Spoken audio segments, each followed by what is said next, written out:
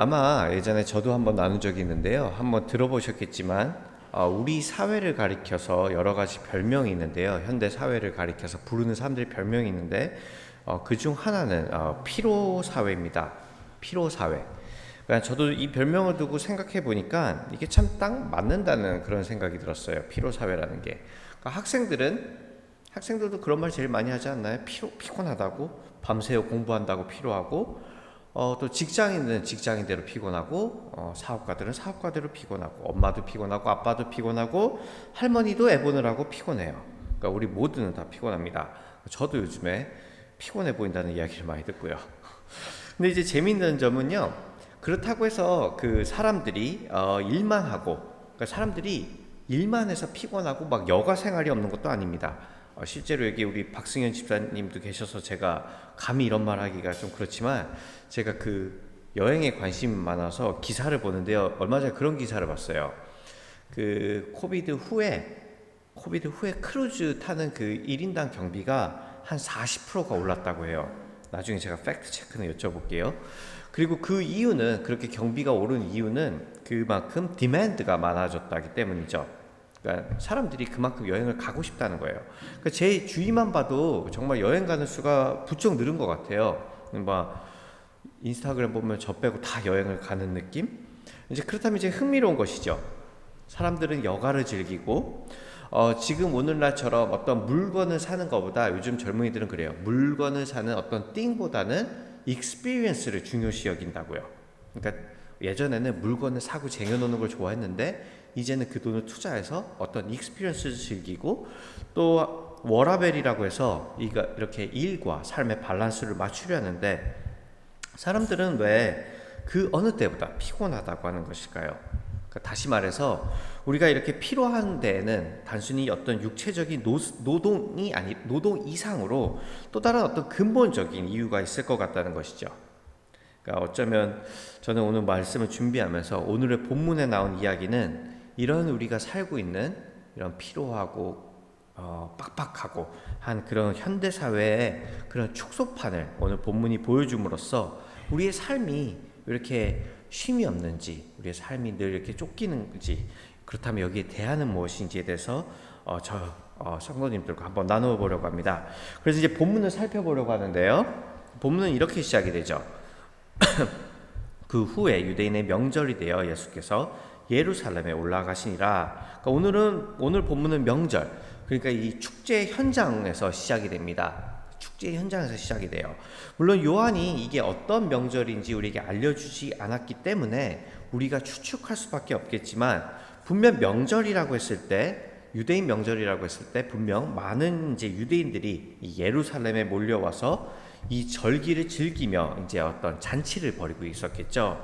예컨대 이제 다음 달이면 땡스기빙이잖아요. 땡스기빙 때 우리가 모여서 피스트를 여는 것처럼 말이에요. 자, 그런데 이제 2절을 보시면 아까 우리 우진이가 참 귀엽게 잘 읽어줬는데, 이제 분위기가 사뭇 달라집니다. 예루살렘에 있는 양문 곁에 히브리 말로 베데스라는 못이 있는데 거기 행각 5이 있고, 왜냐하면 이 사진은 제가 보여드릴까 말까, 다 보여드린 게 나을 것 같아서 보여드리는데요. 이 사진에 나오듯 베데스다라는 연못은 여기 있어요. 이게 실제로 있어요. 그리고 저랑 제가 이걸로 참 많이 읽어먹는데, 안상균 집사님이랑 저랑 갔을 때 이 연못을 가려고 했다가 여기는 머슬렘 구역이라고 해서 이 따발총 든 사람들이 들어가지 말라 해서 못 들어갔어요. 어쨌든 근데 이게 보면은 이게 성전의 중심지고, 이제 이 구석에 이 한참 축제가 벌어지고, 여기는 이제 한참 축제가 벌어지고 있고 변두리에 있는 것이죠. 그러니까 요한은 지금 이 렌즈를요, 축제에서 이 변두리로 옮겨가는 것이에요. 그리고 아니나 다를까 이곳에는 그 안에는 많은 병자, 맹인, 다리 저는 사람, 혈기 많은 사람들이 누워 물의 움직임을 기다리니 많은 병자들이 모여 있었습니다. 그러니까 세상의 주류들이 이 세상의 중심에서 즐기고 있을 때, 다른 편에서는 소외받는 사람들이 자기들끼리 모여 있는 것이죠. 그러니까 이 그림을 요한은 지금 보여주고 싶은 거예요. 세상의 중심에서 주류들이 파티를 하고 있을 때, 다른 한쪽에선 이렇게 다리 저는 자들, 병든 자들, 그 소외받은 자들의 모임을요. 그리고 이들은 지금 물의 움직임을 기다리니, 이는 천사가 가끔 못에 내려와 물을 움직이게 하는데 움직인 후에 먼저 들어가는 자는 어떤 병에 걸렸든지 낫게 되밀어라. 물의 움직임을 기다리고 있습니다. 그 이유는 여기 나오듯 먼저 들어가는 자는 어떤 병에 걸렸든지 낫게 됨이었기 때문입니다. 하지만 이 매의 눈을 가진 분들은 보시겠지만 성경에서는 이 부분에 이렇게 가로로 치고 있죠. 실제로 아까 NIV 버전은 아예 이 부분을 스킵해 버렸어요. 이거는 우연이 아니고요. 주석가들은 이것이 요한이 이렇게 가끔해서 병 낫는 게 진짜라고 해서 쓴 게 아니라 사람들이 당시에 그렇게 믿었다라고 해서 어떤 보충 설명을 하는 것이기 위해서 이렇게 특별히 각주를 만들어 놓은 거라고 해요. 그러니까 쉽게 표현하면 이런 신화가 존재하고 있었다라고 말하고 싶은 거죠. 그게 진짜라는 게 아니라요. 그러니까 실제로 이렇게 물이 흔들릴 때 먼저 들어가야 낫는다는 믿음은 혹은 어떤 이런 치유의 장소는 이 유대인의 신앙이라기보다는 일종의 미신에 가까운 개념이었습니다. 따라서 이곳은 정말 어떤 병이 고쳐지기보다는 이제 급할 때는 사입이라도 믿는 사람들의 이 간절함이 담긴 장소였던 것이죠. 그러니까 오늘날에도 이렇게 산속 깊은 데 가면 병 낫는다고 해서 뭐 할렐루야 수양관이라고 했나요? 그 사이비가 실제 통하는데 현대 의학이 없던 당시 사회에서 이렇게 절박한 사람들이 이런 곳으로 몰려드는 것은, 그리고 이런 신화를 믿는 것은 그렇게 놀라운 일만은 아닐 듯해요. 하지만 그렇다고 해서 이 점을 아무렇지 않게 넘어가는 것도 이상합니다. 왜냐하면 바로 옆에 아까 뭐가 있었죠? 성전이 있었죠. 하나님을 믿고 예배할 수 있는. 그런데 그 옆에서는 바로 이렇게 미신이 활개치고 있었던 것이죠. 참 아이러니하지 않나요? 물론 이것을 어떻게 일반화할 수는 없지만 예루살렘 성전이 어떤 그 신앙의 상징성을 갖고 있다고 했을 때 우리는 그렇게 생각할 수 있겠죠. 그러니까 성전이 교회가 교회답지 못할 때 성전에서 올바른 치유와 이 하나님이 일하시는 그 신비가 나타나지 않을 때 그 주위에서는 이렇게 미신 같은 신화가 자리 잡기 시작한다고요. 오늘날 우리 교회들도 마찬가지 아닐까요? 그러니까 교회에서 사람들이 쉼을 얻지 못하고 사람들이 희망을 찾지 못하며 복음으로 교회에서 내 정체성을 찾지 못한다면 사람들은 분명 이것을 다른 곳에서 얻으려 할 것이에요. 즉 어떤 신화가 사람들한테 자리 잡게 될 것이라는 거죠. 이걸 이루면 내가 그제서야 쉴 수 있고 희망을 찾으며 바로 나의 정체성을 찾게 될 것이라고요. 그러니까 오늘 본문으로 비춰봤을 때 저는 그것이 아주 쉬운 단어로 1등의 신화라고 생각을 합니다. 그러니까 1등이 돼야지 내가 경쟁에서 이기고 이 피라미드 위에 올라가면 그제서야 내가 나의 자아를 이룬다고 한다는, 행복을 찾을 수 있다는 그런 신화 말이에요. 사실 그 현대 TV쇼도 그걸 잘 반영하고 있다고 저는 생각을 해요. 실제로 많은 이제 텔레비 프로그램들을 생각해 보시면 많은 프로그램들이 이 컨테스트 형식이죠. 뭐 트로트왕, 피지컬 100, 이건 너무 제가 좀 뒤늦었나요? 근데 이런 거 보면은 전부 다 한 자리를 놓고 1등을 놓고 경쟁하는 프로예요. 그러니까 저는 이게 다 틀렸다는 것도 아니고요.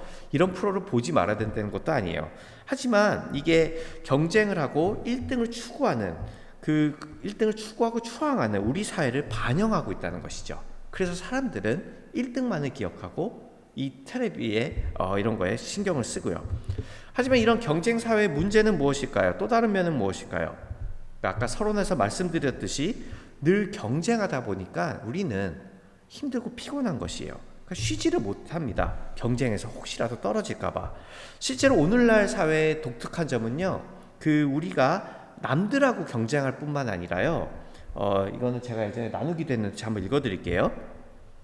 과거의 사회가 금지, 해서는 안 된다에 의해 이루어진 부정의 사회였다면 성과 사회는 할 수 있다는 것이 최상의 가치가 된 긍정의 사회이다. 이 사회에서는 성공하라는 것이 남아있는 유일한 규율이며 성공을 위해서 가장 강조되는 것이 바로 긍정의 정신이다. 그러나 부정성에 의해 제약받지 않는 긍정성은 긍정성의 과잉으로 귀결되며 타자의 위협이나 억압과는 다른 의미에서 자아를 짓누른다. 오직 자신의 능력과 성과를 통해서 주체로서의 존재감을 확인하려는 자아는 피로해지고 스스로 설정한 요구에 부응하지 못하는 좌절감은 우울증을 낳는다. 굉장히 말을 어렵게 썼지만 포인트는 간단해요. 그러니까 자기 자신과도 경쟁한다는 것이죠. 그러니까 남들과도 경쟁하기가 힘든데, 그쵸? 남들하고 경쟁하기도 힘든데 자기 자신, 내가 나 스스로에게 갖고 있는 기대치와도 경쟁하다 보니까 정말 너무나 피곤할 수밖에 없게요. 그러니까 우리 모두는, 어떤 다른 책에서 제가 또 봤는데요, 우리 모두는 자기 스스로가 유니콘인 줄 알고 살아간대요. 나는 특별하고 나는 독특하고. 그게 다 나쁜 것만은 아닌데 그거에 너무 집중을 하다 보니까 이게 나에게 너무 큰 부담으로 되는 거죠. 나는 특별하고 늘 배워왔으니까요, 난 할 수 있다고, 나는 해야 한다고요. 사실 재밌는 점이요, 그 오늘 본문에 나온 이 연못의 이름이 이 베데스다입니다. 이거는 그 베이트라는 뜻이 집이라는 뜻이에요. 집. 그리고 헤세드는 저희가 그때 나눴었죠. 헤세드, 은혜라는 이 단어의 합성어로서 베데스다는 곧 은혜의 집, 곧 자비의 집이에요. 자비의 집으로 불렸던 것이죠. 왜냐하면 이제 뭐 아픈 자들이 이 물이 흔들릴 때 들어가면 나을 수 있다고 해서, 이곳은 자비의 집이다, 이곳은 공평의 집이다라고 사람들은 부른 것이에요. 근데 자세히 생각해 보시면 이 집을 지금 자비의 집이라고 부르고 있었는데, 조금만 곰곰이 생각해 보시면 이 자비의 집만큼 무자비한 집이 또 있었을까요? 그러니까 지금 보시면요, 아까 보셨듯이 다 낫는 게 아니에요. 어떤 컨디션이 있죠. 바로 제일 먼저 들어가는 사람만 낫습니다. 혼자만 낫는 것이에요. 그러니까 제가 이것을 어떻게 표현해 드릴까 하다가 우리 교회로 한번 예를 들어 볼게요. 그러니까 이곳이 이제 자비의 집이에요. 뭐 우리 안에 못이 있어요. 상상을 해보시면. 그래서 우리 모두가 다 여기 병자예요. 그래서 이곳을 이제 막 자비의 집이라서 모였는데, 여기에서 1등만 낳는다 하고 가끔 물이 흔들리기 때문에 다음에 물이 언제 흔들릴지, 정말 흔들릴지 아무도 모른다고 우리가 가정을 해보아요. 우리가 여기 다 병자고 물이 언제 흔들릴지 몰라요. 진짜 흔들릴지도 모르고. 그러면 우리가 여기서 릴렉스 하고 있을 수 있을까요? 편하게? 굉장히 긴장하고 있겠죠. 서로 친한 척은 할 것 같아요. 우리 교인분들이 우리 다 착하니까. 어떻게 왔어요? 당신은 어디가 아파요? 뭐 등등등. 아이고, 우리 장성환 집사님 사정이 딱하군요. 뭐 이렇게 할 수도 있겠지만, 실제로는 전부 그 주위 사람들은 누구죠? 경쟁자이죠. 네, 경쟁자예요. 저 같은 사람은 잠도 못 잤을 거예요. 저 인간이 먼저 들어갔을까봐. 그러니까 늘 예민하고 피곤하고 자비가 넘치는 집과는 거리가 먼 것이죠. 더 나아가서 이 경쟁이, 이게 경쟁이에요. 우리가 다 지금 경쟁하고 있어요. 물에 들어가는 이 경쟁이 또 공평이나 했을까요? 이게 fair 했을까요? 거기에는 다리 저는 사람도 있고, 반면에 조금 더 뭐 누군가의 도움을 받는 영향력 있는 사람이 있을 수도 있고, 그 안에서 조금 더 건강해서 못에 빨리 들어갈 수 있는 젊은 사람도 있고. 그럼 이게 경쟁도 모자라서 이미 기울어진 이 운동장의 모습을 갖춘 건데, 그렇다면 못 들어간 사람들은 그곳에 얼마나 많은 억울함과 자멸감을 갖고 있었겠어요. 저는 오늘날 사회도 마찬가지라고 봅니다. 이 얘기를 하면은 행여라도 우리 신목사가 좌파가 아닌가 이렇게 생각하실까봐, 저 빨갱인가 이렇게 생각하면서 걱정이 되긴 한데 그렇지 않습니다. 그건 아니고요. 실제 이 2020년에 이 하버드 대학 교수인 마이클 샌들이라는 유명한 교수가 이 공정하다는 착각이라는 책을 썼는데요. 이 책이 이제 폭발적인 반응을 보이면서 이 2020년 최고의 책상을 몇 개를 받았습니다. 그리고 바로 전년도 2019년도에는요, 이 예일대 법학과 교수, 발음하기도 힘든 다니엘 마코비치도 엘리트 세습이라는 비슷한 책을 냈고요. 근데 두 책의 그 포인트는 사뭇 비슷해요. 그러니까 저는 이제 마이클 샌들의 책은 읽어보고 예일 교수의 책은 그냥 줄거리만 읽었는데 그 포인트가 굉장히 비슷하더라고요. 포인트는 그거예요. 우리 사회는 결코 공평하지 않다는 것이에요.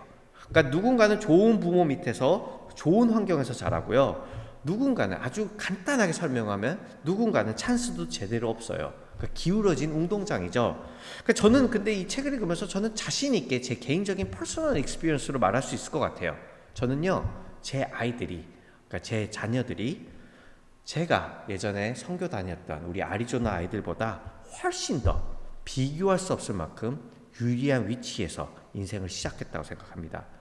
비교할 수 없을 만큼 더 나은 보살핌을 받고 더 좋은 유치원, 초등학교, 중학교, 고등학교 그러다 보면 대학교까지 가겠죠. 더 좋은 동네에서 자랍니다. 그러니까 결코 운동장이 같지 않아요. 애리조나에 있는 그 레저베이션하고 제가 살고 있는 동네, 이 베이사이드하거든요. 하지만 진짜 이제 잔인한 것은 이런 사회가 공평하다고 주장하는 것이에요. 다 똑같은 운동장에서 똑같이 시작하는 것이라고요. 근데 그러다 보면요, 성공한 사람들은 자기가 더 능력이 많고 자기가 경쟁을 잘해서 성공했다고 착각을 하고 이제 교만해지고요. 못한 사람들은 이것을 자기 능력 부족이라고 해서 자기가 노력하지 않아 그런 거라고 해서 자기한테 전부 그 화살을 돌리고 또 세상의 질타를 받기 때문에 어떤 사회에서 현상이 일어나냐면 잘된 사람과 잘못된 사람들 간격이 점점 멀어지는 것이죠. 그러니까 저는 개인의 노력이 중요하지 않다는 것이 아닙니다. 그러니까 그리고 모든 부분이 다 불공평하다는 것도 아니에요. 하지만 우리 사회가 모든 것이 정말 100% 공평하다 주장하고 정말 개개인의 능력으로만 이 성공 여부가 결정된다고 우리에게 알려준다면 이건 실패한 사람들에게 왜 이런 공평한 곳에서 너는 못하니 하면서 그 사람을 2번 죽이는 거라는 거죠. 그렇게 되면 이 사회는 정말 무자비한 것이에요. 그러니까 베데스다 연못이 그랬습니다. 이곳에서는 오직 경쟁, 절망, 그리고 불공평, 그리고 1등을 하면 다 된다는 그 신화만이 있었죠. 그 신화가 있던 곳이 바로 베데스다 연못입니다. 자, 이제 요한은 이제 이곳에서 거기 38의 병자가 있더라. 예수께서 그 누운 것을 보시고 한 38년 된 이제 병자를 주목하기 시작합니다. 자, 왜 요한이 그 많은 병자 중에 이 병자만을 주목했는지는 저희가 정확히 모르지만 몇 가지만 이제 추정을 해본다면요. 우선 그때 당시 예수님 당시에 남자 평균 연령이 몇 세였을 것 같으세요? 지금 우리 교회로 본다면요. 지금 제가 싹 봤거든요. 우리 전부 다 죽었어야 돼요. 그래서 살아남은 남자는 없습니다.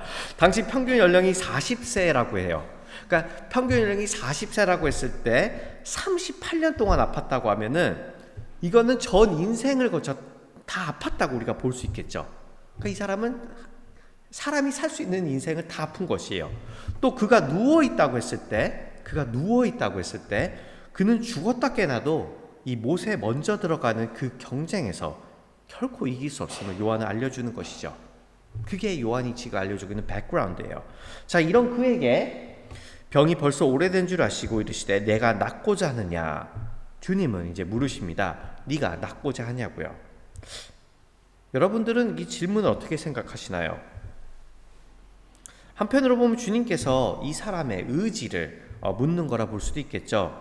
그래서 어떤 분들은요, 이자가 38년 동안 아팠음에도 포기하지 않고 이 연못 근처에서 머무는 그 자체를, 그러니까 그 의지를 주님이 높이 사서 이자에게 이 질문을 하셨다고 합니다. 아, 너가 정말 의지가 있구나. 그 의지를 나에게 보여다오라고요. 저는 그렇게 볼 수 있다라고도 생각해요. 하지만 저는 동의하지는 않습니다. 다시 말해서 저는 지금 주님이 이자의 그 의지를 높이 사시거나 아니면 너의 의지를 보여달라고 이 질문을 하신 거라 생각하지 않습니다. 왜냐하면요, 이자의 대답을 보시면 병자가 대답하되 주여 물이 움직일 때 나를 못에 넣어주는 사람이 없어 내가 가는 동안에 다른 사람이 먼저 내려가나이다. 자, 페어하게 여기서 어떤 의지가 보이시나요? 어떤 이 사람의 강력한 의지가 보이세요? 막 이 사람이 지금 주님, 저는 지금까지 이 순간만을 기다렸어요. 저는 정말 낫고 싶어서 여길 떠나지 않은 것이에요. 저를 좀 낫게 해주세요라고 이 사람이 하고 있나요? 저는 그렇게 생각하지 않았습니다. 그렇지 않죠. 오히려 그의 대답에는요, 어떤 가시가 느껴집니다. 어떤 날카로움이 느껴져요. 나를 못에 넣어주는 사람이 없어. 내가 그렇게 기어가는 그 동안에 다른 사람이 먼저 내려간다면서 어떤 오래 쌓인 어떤 울분, 패배감, 그리고 남에 대한 그 원망이 느껴지죠. 이 역시도 우리 사회를 반영하는 것 아닐까요? 그러니까 한쪽에서는 야, 공평한데 왜 난리야? 너가 못하는 거지 하면서 사람을 2번 죽인다면 또 다른 한편에서는 나만이 피해자고 세상이 나를 이렇게 만든 거고 나는 괜찮은데 너네 때문에 내가 이렇게 됐다고 아우성치는 것이 오늘날 갈라진 사회의 모습이잖아요. 둘 다 건강한 것은 아니죠. 그래서 저는 주님이 이자의 의지를 듣고자 네가 나아볼래? 라고 물으신 것 같지는 않습니다. 오히려 그의 이러한 냉소한 대답을 통해서, 그러니까 정말 낫고자 하는 그 의지조차 대제를 못 보이는 그 사람을, 그 대답을 통해서 그 한 인간이 갖고 있는 그 절망을 주님이 보여주셨다 생각을 해요. 사실 우리가 그런 존재잖아요. 우리는 그런 존재죠. 구원이 필요하다는 것도 느끼지 못할 뿐더러 주님이 오시기 전까진 그 구원을 갈망하는 힘마저 잃어버린 존재가 바로 우리란 말이에요. 그렇기 때문에 그가 어떤 의지를 보인 게 아니에요. 어떤 의지를 보이지 않았음에도 주님은 여기 나오듯 그를 고쳐주십니다. 주님은 그를 고쳐주세요. 잠시만요. 오케이. 예. 여기서 그리고 주목하실 거는요, 주님이 그를 고쳐주시는 방법이에요. 아마도 이제 기억하시겠지만, 신약 성경을 보시면은 주님이 다른 병자를 고쳐주실 땐 여러 방법을 사용하세요. 그러니까 침을 발라주실 때도 있고, 문둥병자는 만져주시기도 하고, 베드로의 장모는 손을 잡아주시기도 하고, 하지만 이곳에서는 오직 이 말씀으로만 그를 고쳐주십니다. 그죠? 지금은 말씀으로만 그를 고쳐주세요. 왜 그러셨을까요? 이렇게 생각해 보시면 어떨까요? 만약 주님이 그 가끔 흔들리는 물을 지금 흔들리게 하셔서 이자를 가장 먼저 못에 들어가게 해주셨다면 어떻게 됐을까요? 말씀이 아니라, 그래, 너가 낫는 방법은 저 못에 먼저 들어가는 거지, 내가 기적을 벌여서 너를 가장 먼저 들어가게 해줄게 했다면 어떻게 됐을까요? 그는 자기가 원하는 것을 얻었을지는 모릅니다. 병이 났을 수도 있었겠죠. 하지만 그는 자신에게 정말 필요한 것을 못 얻었을 것이에요. 필요한 것을. 사랑하는 성도님들, 이게 포인트예요. 때로는 우리가 무엇을 필요로 하는지 몰라요. 그래서 우리는 1등이 되면, 우리가 높은 위치에 가면, 우리 아이들이 좋은 학교에 들어가면, 우리가 그 누구보다 건강하면, 돈이 많아지면, 우리가 비로소 1등이 되면 그제서야 내가 내 자아를 이루고 인생이 풀리고 좋을 거라 생각을 하죠. 하지만 모두가 이런 것을 추구하는 우리 사회는 어느덧 피로사회가 되었고 쉼이 없고 경쟁만 있는 무자비한 집이 되어버렸습니다. 한쪽에서는 자신의 성공을 감투삼아 남을 짓밟고, 한쪽에서는 깊은 패배감에 오늘 나온 베데스다처럼 외곽의 변두리에 자기들끼리 모여 불평을 하고 있죠. 여러분들과 저는 오늘 그리스도가 우리에게 무엇을 해주시길 기대하시나요? 우리는 그리스도가 오늘 우리에게 무엇을 주고 싶어 하시는지 알고 있을까요? 이 점을 두고 박대영 목사님은 이렇게 얘기하십니다. 제가 읽어드릴게요. 우리가 예수님을 믿는다 하면서 그분을 잘 모르면 38년 된 환자처럼 될 수 있습니다. 그때 예수님은 우리에게 필요한 것을 요청하는 대상이 아니라 우리가 원하는 것을 달라고 요청하는 대상으로 전락하시고 합니다. 우리는 차별과 불공평이 만연한 세상에서 좀 더 앞서가는 사람, 좀 더 성공하는 사람이 되게 해달라고 구하는 사람이 될 수 있습니다. 나도 살고 남도 살리는 안식의 나라가 아니라 살벌한 정글 같은 세상에서 그저 내가 살아남기만을 구하는 사람이 될 수 있습니다. 그죠? 그리스도는요, 그를 못에 넣지 않으셨습니다. 그를 1등으로 만들어 주시지 않으셨어요. 대신 그를 말씀으로 일으키셨죠. 1등만이, 어떤 1등이라는 공로가 있어야 구원받는 그 1등의 신하가 판치는 그곳에서 그분은 오직 은혜로 그 병자를 고치셔서 그 무자비한 집을, 지금 무자비한 집이잖아요. 1등만이, 어떤 공로가 있어야지, 성과가 있어야지 그걸 얻어내는 그 무자비한 집을 은혜로 진정한 자비의 집으로 만드신 겁니다. 말씀을 정리해 보려고 합니다. 오늘 본문에 나온 베데스다에서 우리는 우리가 사는 이 세상의 축소판을 봅니다. 그러니까 우리가 사는 세상에도 신화가 질비하죠. 그렇죠? 우리가 어떤 드라마를 보고 영화를 봐도 정말 정말 소수의 성공한 사람들을 보여주고 너도 그렇게 할 수 있다고 해요. 아니, 그렇게 해야만 성공이라고 우리는 가르치죠. 자, 오해하시면 안 돼요. 저는 그게 다 나쁘다는 건 아니에요. 하지만 사회가 그렇게 우리에게 주입시키죠. 정말 소수의 사람들이 성공한 걸 보여주고 그렇게 성공할 수 있다고 가르친 게 아니라 그렇게 해야만 너의 인생도 핀다고 우리에게 가르쳐줘요. 그래서 우리는 가끔 흔들리는 그 연못에 어떻게든 제일 먼저 들어가 보려고 그렇게 오늘도 애를 쓰고 있는지 모르겠어요. 그러니 경쟁과 우월감과 패배의식이 이 세상에 그렇게 가득한 것이겠죠. 정말로요, 우리 아이들이 사는 세상, 우리가 사는 세상은 무자비하고 피곤합니다. 그리스도는 이런 우리에게 경쟁하지 않아도, 어떤 공로가 없어도, 성공하지 않아도 일어날 수 있는 그 은혜를 주십니다. 그게 포인트예요. 그리스도는 우리에게 어떤 공로가 없어도 일어날 수 있는 은혜를 주십니다. 우리는 그리고 그 은혜로 일어나야 해요. 저는 그 은혜로 일어난 사람들의 모임이 바로 교회라고 생각합니다. 그리고 그 교회가 이 베데스다의 대안이라고 생각해요. 세상에서는 모두가 경쟁자이고 쉼이 없는 전쟁터라면요, 교회는 새로운 질서를 보여줘야 돼요. 이 공동체에 들어오게 되면 어떤 우리가 세상에서 가진 능력도 조건도 아무것도 아닌 것이 돼야 돼요. 아무도 그거를 따져서는 안 돼요. 그래서 누가 와도 쉴 수 있고 경쟁하지 않아도 되고 혼자 살아남으려는 자들이 아니라 함께 살아가려는 자들의 모임이 이곳 교회가 되어야 한다는 것이죠. 그게 교회가 세상에게 보여줘야 되는 것이에요. 세상은 무자비하니까 자비의 집, 은혜가 있는 이 교회로 와서 그리스도의 은혜를 느끼면서 그 질서를 함께 경험하자고요.